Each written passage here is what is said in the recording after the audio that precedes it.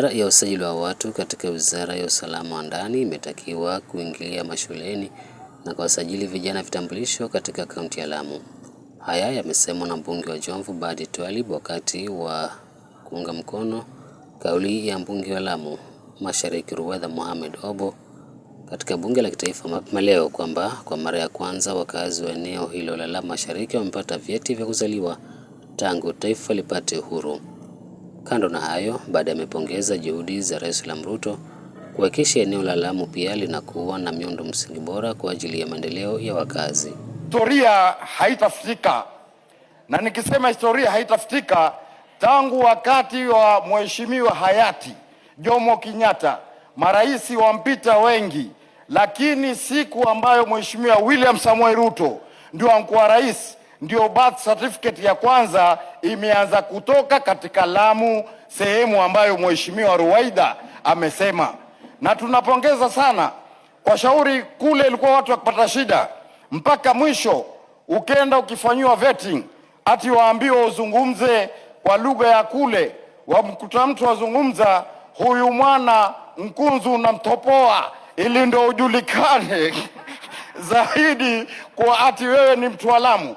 Lakini Mheshimiwa Spika, siku hii ya leo nataka kusema mgala muue, lakini haki yake umpe.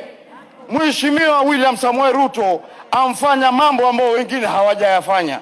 Leo katika sehemu hiyo hiyo, mheshimiwa, watu walikuwa hawajaona hata lami. Lami ilikuwa mtu akiangalia aweza kufikiria kakimbia mbio akafikiri huyu ni mtu mweusi mrefu, kumbe lami.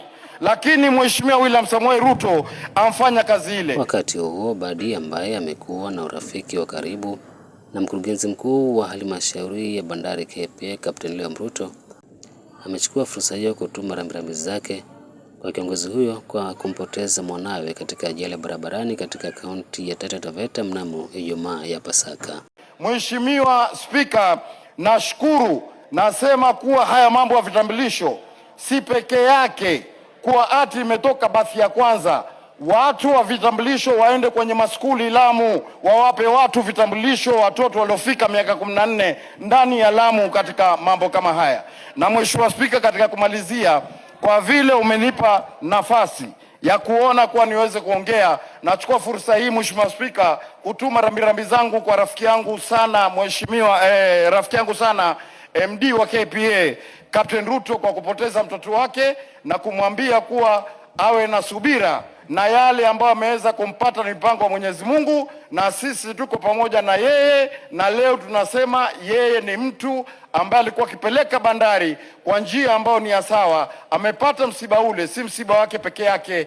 Mheshimiwa ndugu yetu Captain Ruto, msiba ule ni msiba wetu sote. Mungu amweke mahali pema peponi mtoto wako ambaye tutakuja kumzika huko Nakuru.